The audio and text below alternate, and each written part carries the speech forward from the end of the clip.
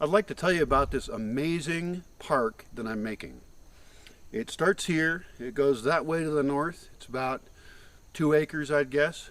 And what happened was, it was all pine forest before. I chopped all the pine trees down and let all these other trees grow. We didn't plant these here, but there's oaks, there's capulines, there's madrones, and they're growing amazingly fast. I guess it's, depends on what you think fast is. It's been like 5 years. But what I'm going to do is treat all of these trees as sculptures. And so the first thing we're going to do is top them off so they can't go up a lot. And then we're going to look at how we can sculpt them.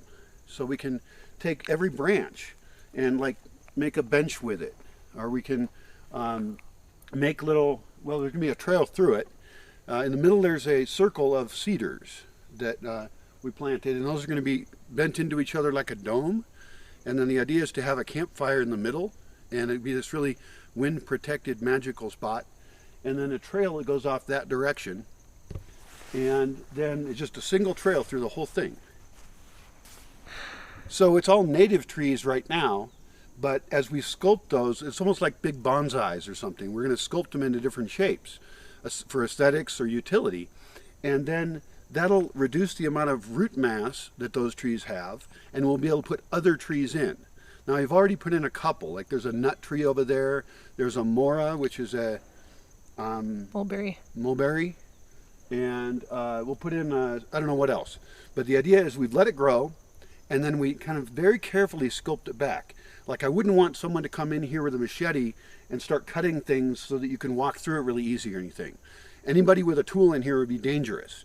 We have to think really carefully about every single thing that we cut, because we have to think of these trees as sculptures that are in a very slow process.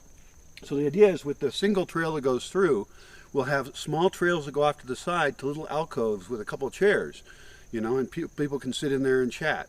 Little magic spots. And there won't be any way to get in here except through the main trail.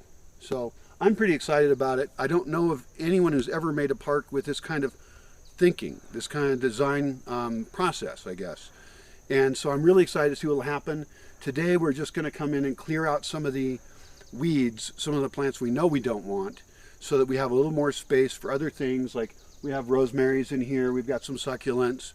We can start to put other plants in. And then as the years go by, very carefully sculpt this park.